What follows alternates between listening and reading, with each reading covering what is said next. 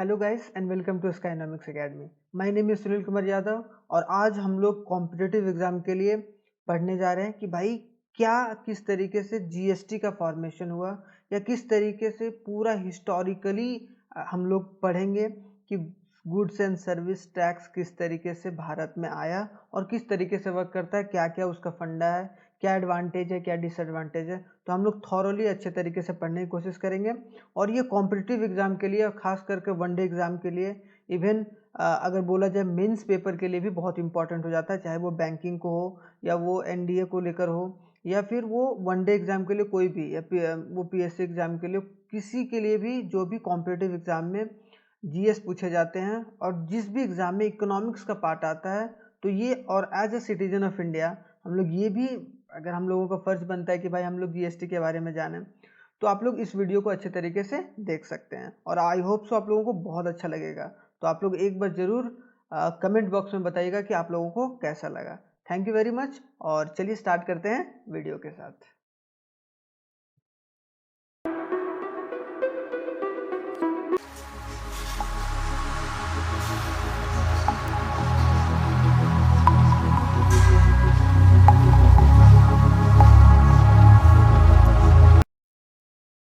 तो चलिए स्टार्ट करते हैं। आज हम लोग बहुत ही इंपॉर्टेंट टॉपिक जो जीएसटी है, क्या जीएसटी के बारे में हम लोग पूरे अच्छे तरीके से जानकारी लेंगे कि भाई आखिर जीएसटी किस तरीके से इंट्रोड्यूस हुआ या जीएसटी किस तरीके से काम करता है और किस तरीके से बेनिफिट मिला इस प्लान से या इस स्कीम से जो भी गवर्नमेंट के द्वारा लाया गया।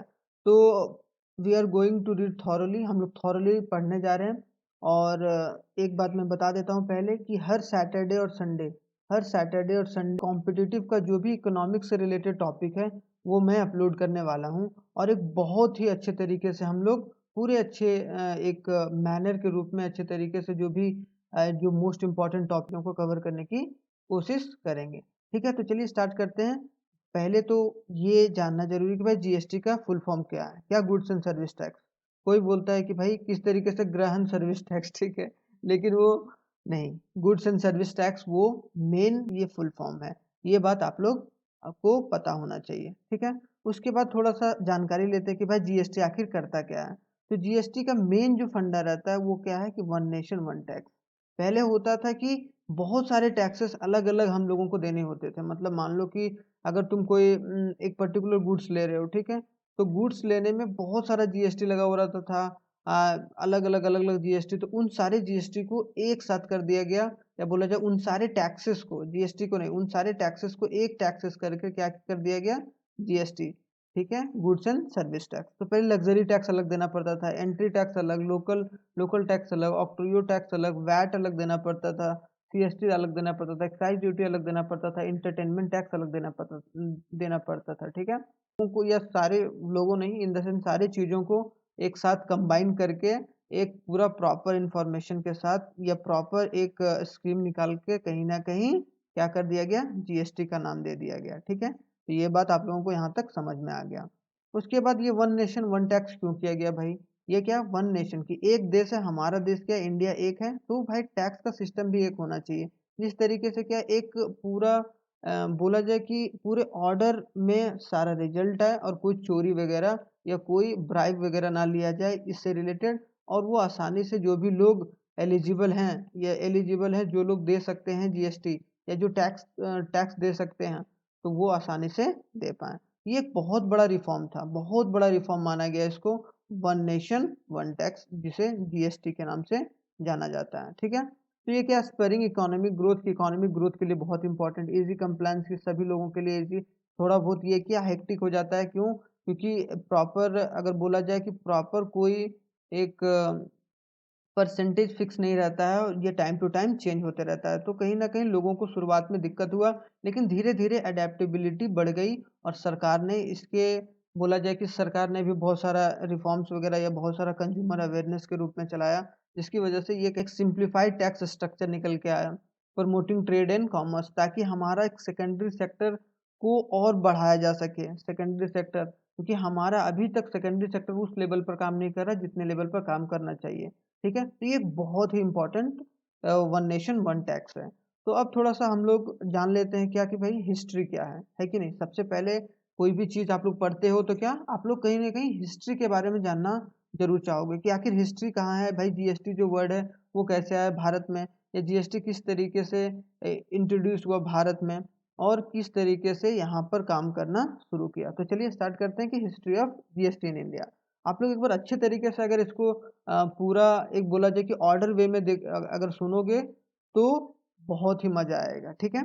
तो चलिए स्टार्ट करते हैं। पहला कि in Indian system the first time discussion of the GST was been started in 2000। सबसे पहली बार अगर जीएसटी का इंट्रोडक्शन हुआ वो कब हुआ, 2000 में, कि भाई जीएसटी आना चाहिए हमारे देश में, कि एक जीएसटी होना चाहिए, मतलब एक टैक्स का रिफॉर्म सिस्टम होना चाहिए, जिस वजह से कहीं ना कहीं पूरा एक प्रॉपर ऑर्डर के रूप में लोगों के पास एक अलग अलग टैक्स ना हो, एक टैक्स हो और एक टैक्स के रूप में देना पड़े उन लोगों को, ठीक है। तो ये कहाँ से आया भाई, जब वाजपेयी जी की गवर्नमेंट थी, मतलब जो जो अटल बिहारी वाजपेयी अटल जी जो थे, उनकी सरकार में कहीं ना कहीं सबसे पहली बार जीएसटी के बारे में डिस्कशन किया गया और एक इम्पावर्ड कमेटी बैठाया गया, क्या ईसी, जिसका नाम पड़ा क्या कि ईसी कमेटी, और ये हेडेड बाय असीम दास गुप्ता जो कि finance minister of West Bengal थे उस वक्त के, ठीक है। तो असीम दास गुप्ता जी इसके ईसी के क्या बने, हेड ऑफ द कमेटी, ठीक है।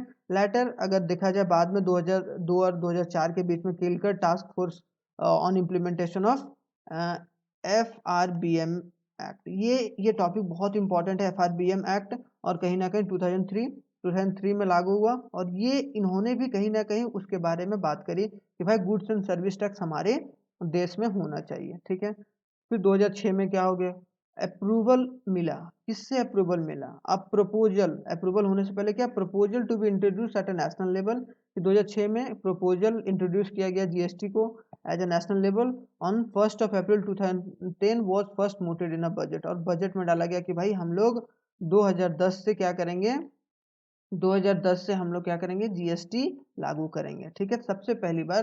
तो उस वक्त कौन किसकी सरकार थी, कांग्रेस की सरकार थी, और कहीं ना कहीं उस वक्त एक बहुत ही इंपॉर्टेंट ये बात निकल के आया, मतलब बजट में लिस्ट हो गया। अब आप सोच लो कि भाई बजट में आ गया कि 2010 में हम लोग जीएसटी ला रहे हैं, हम लोग रोड मैप तैयार करेंगे। तो 2007 में फिर क्या किया गया, अब इसी कमेटी जो इम्पावर्ड कमेटी बनाया गया था जो असीम दास गुप्ता जी के अगर चेयरमैनशिप में, कहीं ना कहीं on request started a work on the GST road map, कि वो क्या करने लगे कि जीएसटी के रोड मैप बनाने लगे। एक होता है ना कि प्लान पूरे अच्छे तरीके से तैयार करना, तो ये एक बहुत ही इंपॉर्टेंट चीज हुआ वहां पर। उसके बाद क्या, joint working committee submitted its report of to the EC, और एक ज्वाइंट कमेटी बनाया गया था, वो कहीं ना कहीं रिपोर्ट ईसी को सौंपा, और 19 दिसंबर 2007 में, 2008 में क्या हुआ भाई, उसके बाद EC finalize the views over the GST, जो ईसी था मतलब इम्पावर्ड कमेटी जो बनाया गया था जीएसटी के लिए, उसने कहीं ना कहीं क्या कि एक सबमिट किया रिपोर्ट जिसका नाम रखा गया model of road map for the GST in India, कि जीएसटी इन इंडिया मतलब जीएसटी किस तरीके से इंडिया में काम करेगा, या उसका रोड मैप क्या होना चाहिए। जैसे मान लो कि अगर तुम लोग पढ़ाई करते हो या आप लोग पढ़ाई करते हो, तो कहीं ना कहीं पूरा एक प्रॉपर रोड मैप होता है कि भाई क्या और क्या किस तरीके से हम पूरा अपना सिलेबस को कवर करेंगे, या किस तरीके से पूरे सिलेबस को हम लोग पॉइंट आउट करने वाले हैं पूरे साल में। तो उस तरीके से रोड मैप तैयार हुआ, ठीक है। 2008 में, 2009 में क्या हुआ भाई, first discussion paper on the GST release by, कि डिस्कशन किया गया, मतलब बहुत सारे इकोनॉमिस्ट के द्वारा डिस्कशन किया गया और डिस्कशन पेपर किया, वो रिलीज किया गया कि हम लोग और क्या क्या इसमें चेंजेस कर सकते हैं। 2010 में mention in speech of finance minister ने पहली बार 2010 में, क्योंकि बोला गया था क्या 1 अप्रैल 2010 में हम लोग क्या लाएंगे, बजट, मतलब बजट में बोला गया था क्या कि जीएसटी हम लोग इंट्रोड्यूस करेंगे, ठीक। तो जीएसटी वाज इंट्रोड्यूस्ड इन अप्रैल 2011, और 2011 में जीएसटी को अप्रूव कर दिया गया, मतलब इंट्रोड्यूस कर गया, अप्रूव करके इंट्रोड्यूस किया गया, अप्रूव नहीं किया गया, ठीक है। 2011 में क्या हुआ फिर, the constitution amendment 115th amendment bill introduced in Lok Sabha, 115वां बिल लाया गया कहाँ पर, लोकसभा में, और वो क्या बता रहा था, वो किसके बारे में, जीएसटी के बारे में, कि किस तरीके से, लेकिन उसके साथ ही साथ कि गुड्स एंड सर्विस टैक्स सब पर लगेगा, लेकिन कुछ कुछ स्पेसिफिक गुड्स होंगे उन पर लागू नहीं होगा, ठीक है। ये बात बोला गया वहां पर 115 अमेंडमेंट करके, मतलब लाके 2011 में लाया गया, 2010 में उसे इंट्रोड्यूस किया गया, और 2011 में अमेंडमेंट करके कहीं ना कहीं लोकसभा में इंट्रोड्यूस किया गया। 2013 में क्या हो गया फिर, in August standing committee submitted its report to the on GST in November. EC rejected, जो भी ईसी बनाया गया था, ठीक है, वो क्या किया, रिजेक्ट कर दिया गवर्नमेंट का proposal to include the petroleum product. क्या बोला गया था कांग्रेस की सरकार के द्वारा कि हम लोग क्या करेंगे कि जीएसटी में पेट्रोल को भी लाएंगे। अब सोचो भाई, अगर पेट्रोल अगर एक बार आ जाता है, एक तरफ से तो हम लोगों को सुनने में बहुत अच्छा लगता है कि भाई अगर पेट्रोल ला दिया जाए तो बहुत ही अच्छा होगा, लेकिन हमारी कंट्री के रेवेन्यू बहुत इससे डिपेंड करती है, और कहीं ना कहीं ये हमारे लिए घाटे का सौदा होता है। इस वजह से आई थिंक सो, मैं तो ये समझता हूँ, बाकी आप लोग और जो इकोनॉमिस्ट लोग थे उन्होंने भी यही सही समझा। तो 2014 में फिर क्या हो गया, कॉन्स्टिट्यूशनल अमेंडमेंट, मतलब कॉन्स्टिट्यूशन में फिर से अमेंडमेंट हुआ 122 और कहीं ना कहीं क्या हो गया कि amendment bill presented in the Lok Sabha. फिर से अमेंडमेंट बिल, कौन सा अमेंडमेंट बिल, जो यहाँ इंट्रोड्यूस किया गया था, 115th अमेंडमेंट किया गया था, उसी का जो अमेंडमेंट बिल फिर से 122 अमेंडमेंट बिल प्रेजेंट किया गया लोकसभा में टू लेवी जीएसटी, मतलब जीएसटी को लागू करने के लिए, और 19 दिसंबर 2014 में। तब तक बीजेपी की सरकार आ चुकी थी, ठीक है। तो in 2015 the introduction of 120th 122th amendment bill passed in the Lok Sabha for the levy of the GST and 6 मई 2015, और कहीं ना कहीं क्या हो गया, पास हो गया लोकसभा में। कब, ये याद रखना, मोस्ट इंपॉर्टेंट लाइन है, पास कब हुआ, 6 मई 2015 को। 2016 में फिर क्या हो गया, राज्यसभा में पास हो गया। इसका मतलब क्या है कि जो भी बिल होता है वो राज्यसभा और लोकसभा में एक बार पास हो गया तो कहीं ना कहीं ये क्या बन जाता है, एक एक्ट बन जाता है। तो वो हमारा क्या बन गया, जीएसटी का एक अलग सा एक्ट बन गया, और वो हर एक लोगों को, मतलब जो भी सारे देश के लोग हैं उन लोगों को मानना पड़ता ही पड़ता है, ठीक है। तो हम लोगों ने यहाँ तक पढ़ा। इसमें एक मेन क्या है कि फर्दर 8 अगस्त 2016 में Lok Sabha unanimously passed the 122nd constitutional amendment bill and amended by the Rajya Sabha with all 144 member voting in the favor। और उसके बाद क्या 8 अगस्त 2016 में इसे क्या किया गया, पास कर दिया गया, थोड़ा बहुत अमेंडमेंट करके, जो कि 143 मतलब 443 मेंबर्स इसके पक्ष में थे कि हाँ भाई जीएसटी हमारे देश में होना चाहिए। क्यों, और सबसे बड़ी बात ये है ना कि इसमें जो ज्यादा पावर दिया गया वो ज्यादा पावर स्टेट्स के हाथ में है, ना कि सेंटर के हाथ में। सेंटर के हाथ में बहुत कम पावर है, इन द सेंस अगर बोला जाए कि ज्यादातर जो डिसीजन वगैरह अगर लिया जाएगा तो वो वोटिंग से, मेजोरिटी से लिया जाएगा। अगर स्टेट साथ में नहीं रहेगा तो आप सेंटर कुछ नहीं कर सकता है जीएसटी के मामले में। तो आई होप सो आप लोगों को यहाँ तक क्लियर होगा इसका हिस्ट्री। उसके बाद थोड़ा सा आप आते हैं इंट्रोडक्शन। पहले भी बता चुके हैं, जीएसटी एक वैल्यू एडेड टैक्स है जो कि मोस्ट ऑफ द गुड्स और सर्विस जो बेचा जाता है, डोमेस्टिक कंज्यूम किया जाता है, उस पर लगाया जाता है। The GST is paid by the customer. GST किसके द्वारा पेड किया जाता है, कस्टमर के द्वारा, but it is remitted to the government by the business selling the goods and service. और ये रेमिट किया जाता है गवर्नमेंट के द्वारा कभी कभी कि जो भी बिजनेस कर रहा है वो जो गुड्स सेल कर रहा है। क्लियर। अब मेन फीचर्स ऑफ जीएसटी क्या है, फीचर्स ऑफ जीएसटी पहला क्या, dual GST in the sense क्या, कि कोई एक तरीके का जीएसटी नहीं है, मतलब यहाँ पर स्टेट भी लगाता है कुछ जीएसटी में, मतलब जो टैक्सेस वगैरह, और सेंटर भी लगाता है, इसीलिए हम लोग क्या बोले कि ये डुअल जीएसटी है। Applicable on the supply side का मतलब क्या, कि पहले भाई अगर बोला जाए ओल्ड जो फॉर्मेट था वो क्या था, एक बार सामान बन गया, मतलब मान लो कि ये पर्टिकुलर फैक्ट्री है, ये कोई प्रोडक्ट बना दिया, ये पर्टिकुलर सी प्रोडक्ट है, कमोडिटी है, ठीक है, अब इसे बना दिया तो भाई ये टैक्स इसी वक्त देगा, मतलब टैक्स। लेकिन अब क्या हो गया जीएसटी आने के बाद, जो सप्लाई, मतलब जहां पर जिस स्टेट में जहां पर कंजम्पशन होगा, मतलब खपत होगा, मतलब मान लो कि कंजम्पशन का मतलब होता है कि एक बंदा यहाँ पर है दिल्ली में, ठीक है, दिल्ली में सामान बनाया, लेकिन वो बेचा कहाँ, मुंबई में बेचा, तो मुंबई के लोग खरीदे हैं ना, या मुंबई का कोई इंसान खरीदा है, तो वो कहीं ना कहीं टैक्स कहाँ देगा, टैक्स कौन देगा, यहाँ टैक्स नहीं दिया जाएगा, टैक्स कौन देगा, ये देगा, ना कि मैन्युफैक्चरर देगा।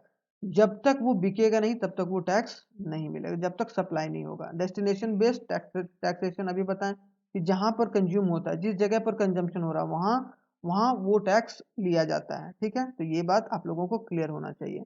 उसके बाद थोड़ा सा इंपोर्ट वाले बातों को समझ लेते हैं। इंपोर्ट ऑफ गुड्स जो भी किया जाता है, मतलब आप इंपोर्ट का मतलब क्या होता है कि बाहर से लाना, मतलब आप दूसरे कंट्री से आप अपने कंट्री में परचेस करके ला रहे हो, तो वो किसके अंदर आएगा, वो कौन सा जीएसटी, ना वो स्टेट्स लेगा ना वो सेंटर, वो इंटीग्रेटेड जीएसटी, मतलब क्या इंटर स्टेट उसको माना जाएगा और उसको subject to the integrated GST, मतलब आईजीएसटी, उसका जो टैक्स होगा वो स्टेट्स और सेंटर, मतलब स्टेट और सेंटर दोनों में बांटा जाएगा। तो आई होप सो आप लोगों को ये क्लियर होगा। GST rate was mutually decided, जो भी जीएसटी रेट होता है वो स्टेट और सेंटर के जितने भी मेंबर होते हैं वो उन दोनों के द्वारा कहीं ना कहीं पूरा डिसाइड किया जाता है mutually.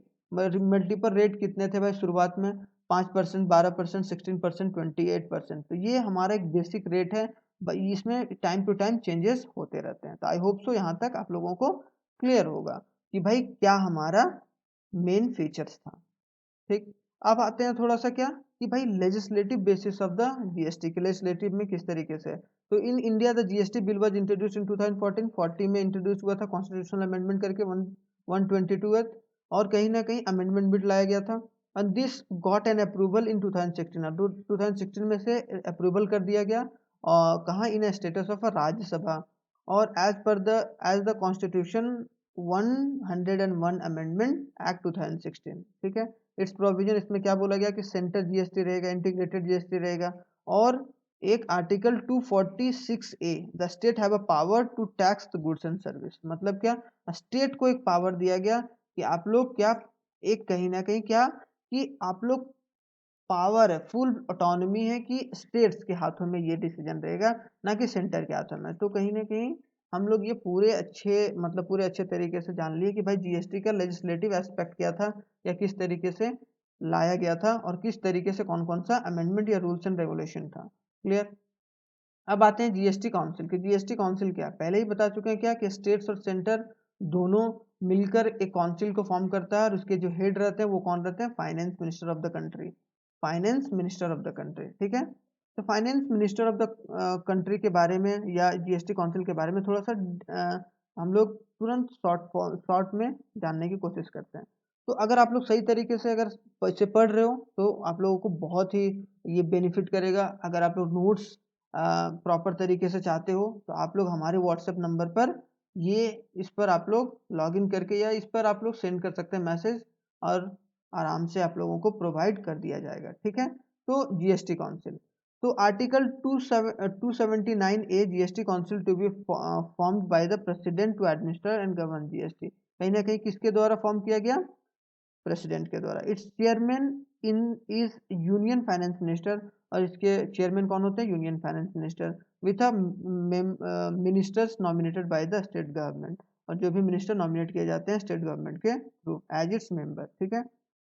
The council was device, council का कहीं ना कहीं पूरा एक एंगल होना चाहिए कि 1/3 वोटिंग राइट किसको दिया गया है, सेंटर को, और 2/3 दिया गया है स्टेट को। मान लो अगर 100 टोटल मेंबर्स हैं जीएसटी काउंसिल में, ठीक है, मेंबर्स है 100, तो इसमें से 1/3, मतलब इसका 1/3, इसका 1/3 जो वोटिंग राइट है वो किसके पास है, सेंटर के पास, और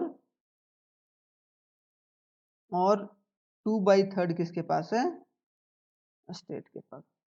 इसको और सिंप्लीफाइड मैनर में अगर 90 मेंबर हैं तो मान लो कि 1/3 कितना हो गया, 30, मतलब 30% वेटेज जो वोटिंग पावर है वो किसके पास है, किसके पास है, सेंटर के पास, और 70% किसके पास, जो बचा हुआ 60 वोट है वो किसके पास रहेगा, स्टेट के पास।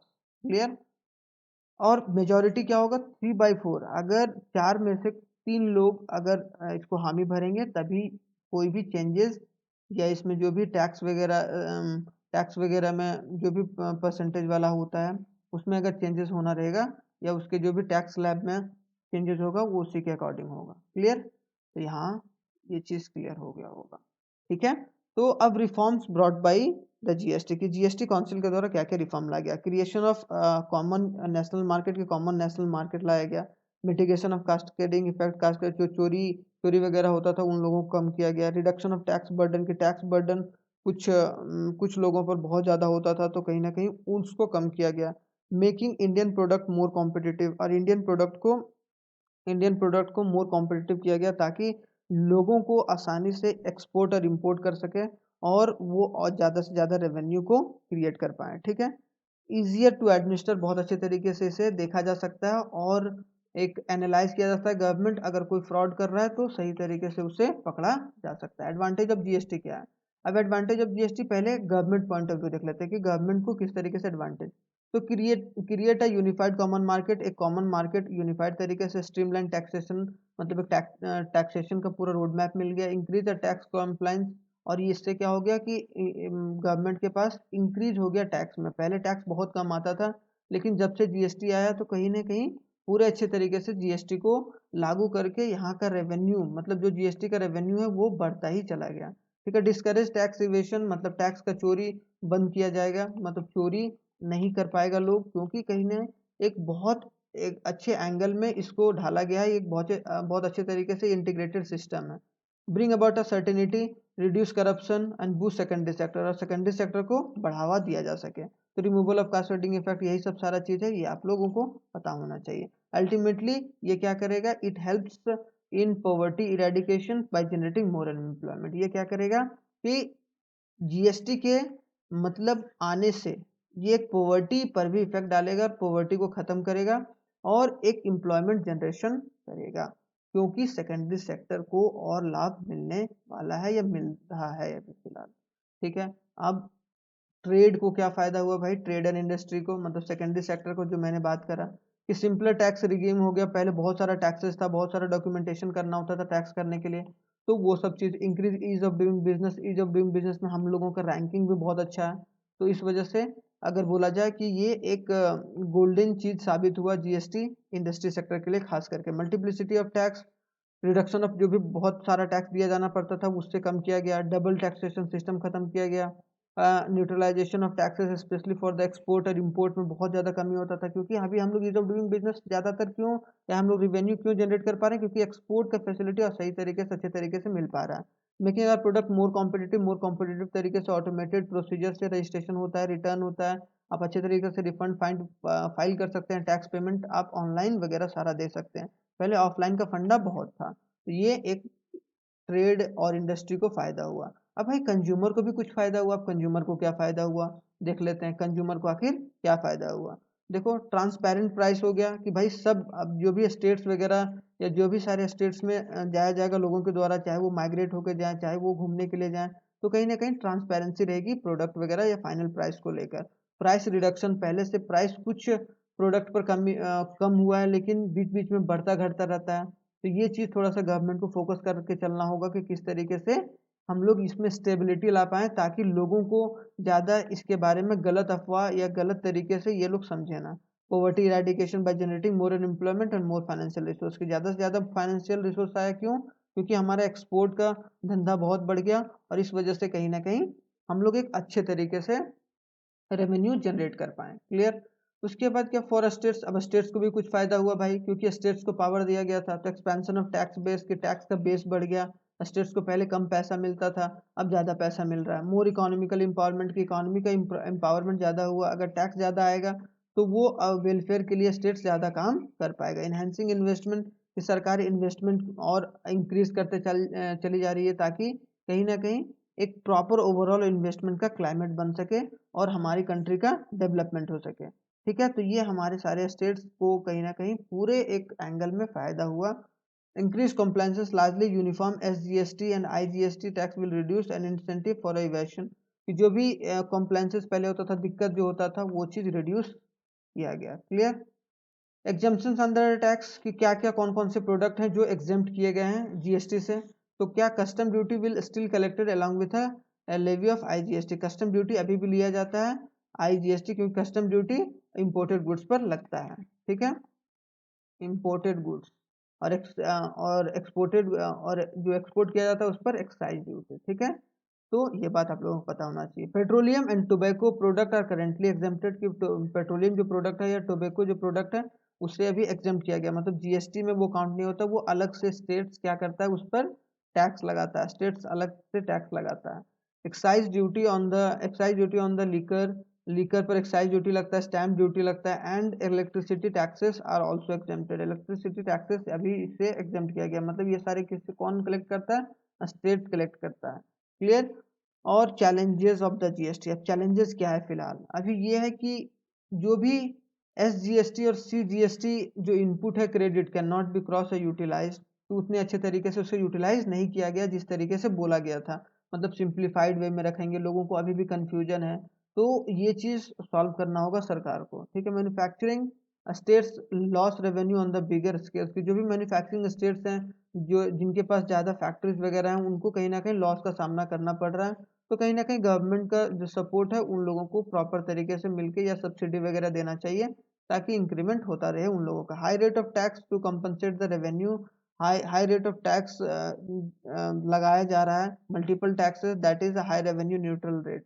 ठीक है, रिडक्शन ऑफ फिजिकल ऑटोनॉमी, जो फिजिकल ऑटोनॉमी है उसे रिड्यूस करने की बात की जा रही है सरकार के द्वारा, ये स्टेट्स के द्वारा, तो ये चैलेंजेस है सरकार के पास कि भाई किस तरीके से इसे एक इनलाइन करके लाया जाए। Concern raise by the banks और इंश्योरेंस कंपनी के द्वारा कंसर्न रेज किया गया over a need of multiple registration under the GST, की इन लोगों को मल्टीपल रजिस्ट्रेशन कराना पड़ता है जिसकी वजह से अभी भी थोड़ा बहुत इसमें अभी इम्प्रूव करने का चांसेस है, और ताकि इसको और सिंप्लीफाइड वे में ला पाए और एक अच्छा कहीं ना कहीं पूरा एक सिस्टम बने।